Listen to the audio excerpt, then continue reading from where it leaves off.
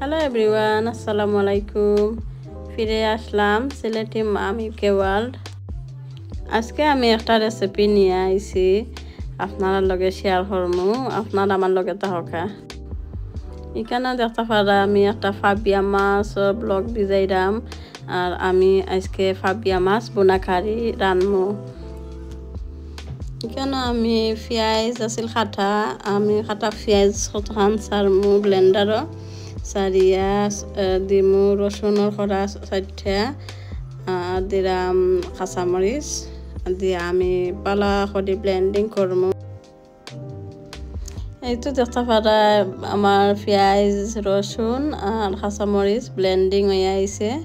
এখন আমি পরিমাণ মতো তেল ডাললাম কড়াইত আর মেথি 4টা দিলাম ফ্লেভার লাগি। আর ব্লেন্ডিং করা মশলা আমি সারলাম, পেঁয়াজ সারিয়া কত সময় খসাইমু আর লবণ পরিমাণ মতো দিছি, দিয়া কত সময় খসাইলাম।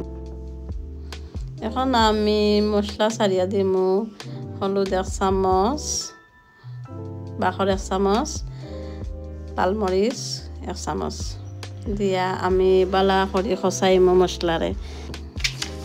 তো আমি দেখতে পারা মশলারে বালাটি খসাইলাম।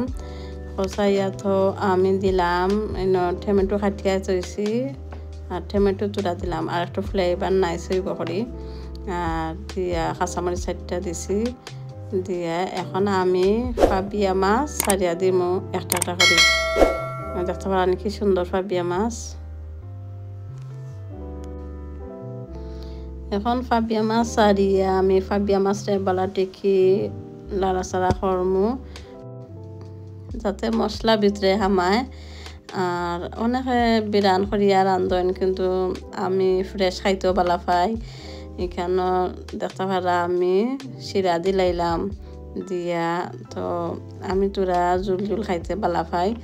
আর বাখর পাতা খাটরাম, বাখর পাতা দিলে ফ্লেভারটা আর একটু নাইসায়। এই তো দেখতে পারা বাখর পাতা দিলাইছি। আর কিলা হইলো আমার খারির লুক, আপনারা কমেন্টের মাধ্যমে জানাইবা। আর আমার সাবস্ক্রাইব, ফলো, লাইক, কমেন্ট করবা। থ্যাংক ইউ এভরিওয়ান আমার ভিডিও ধৈর্য সহকারে দেখার লাগি। আসসালামু আলাইকুম।